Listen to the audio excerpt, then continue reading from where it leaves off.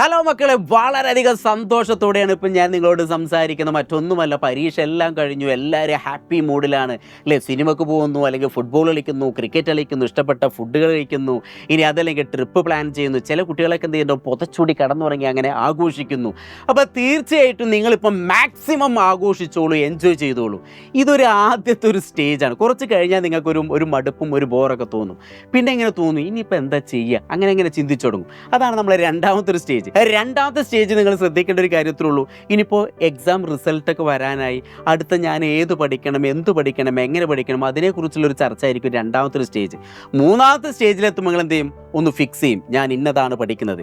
നിങ്ങൾക്ക് പ്രത്യേകിച്ച് ഈ ഒരു 10ാം ക്ലാസ് റിസൾട്ട് വന്ന പ്രധാനമായിട്ടൊരു 3 കാര്യങ്ങൾ പഠിക്കാമല്ലോ. ഒന്ന് നമ്മളെ ഹ്യൂമാനിറ്റീസാണ്, രണ്ടാമത്തൊന്ന് കൊമേഴ്സ് ആയിട്ട് എടുക്കാം, മൂന്നാമത്തെ നിങ്ങൾക്കൊന്ന് സയൻസ് എടുക്കാം. ഞാൻ എപ്പോഴും പറയുക സയൻസ് എടുക്കാനാണ് പറയുക. കാരണം എന്താ വെച്ചാൽ, നിങ്ങൾ ഭാവിയിൽ വലിയൊരു കോമ്പറ്റേറ്റീവ് എക്സാം ഒക്കെ എഴുതുന്ന സമയത്ത് എപ്പോഴും സയൻസുമായി ബന്ധപ്പെട്ട ചോദ്യങ്ങൾ വന്നാൽ പല കുട്ടികൾക്ക് അത് എഴുതാൻ പറ്റാറില്ല.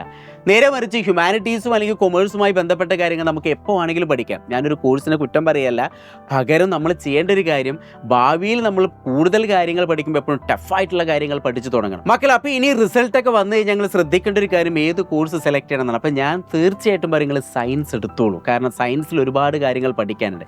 അപ്പോൾ നിങ്ങൾക്ക് തോന്നും സയൻസൊക്കെ സാറേ എങ്ങനെ പഠിക്കുക, നിങ്ങളൊരു പേടിയും പഠിക്കേണ്ട.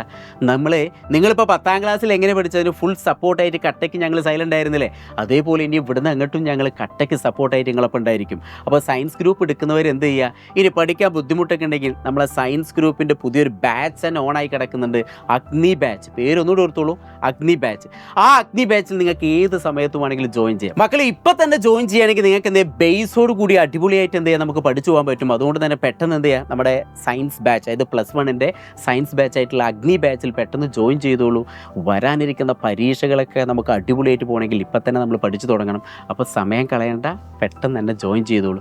ഈ താഴെ കാണുന്ന നമ്പറിൽ പെട്ടെന്ന് വിളിച്ചിട്ട് എന്ത് ചെയ്യുക, നിങ്ങളുടെ സീറ്റ് ഉറപ്പ് വരുത്തുക. വളരെ കുറഞ്ഞ സീറ്റുകൾ മാത്രമേ ഉള്ളൂ. അപ്പോൾ എന്തായാലും ഞങ്ങളെല്ലാവരും നിങ്ങളെ വെയിറ്റ് ചെയ്തിരിക്കുകയാണ്. അപ്പോൾ നമുക്ക് അഗ്നി ബാച്ചിൽ കാണാം. ഓക്കേടാ.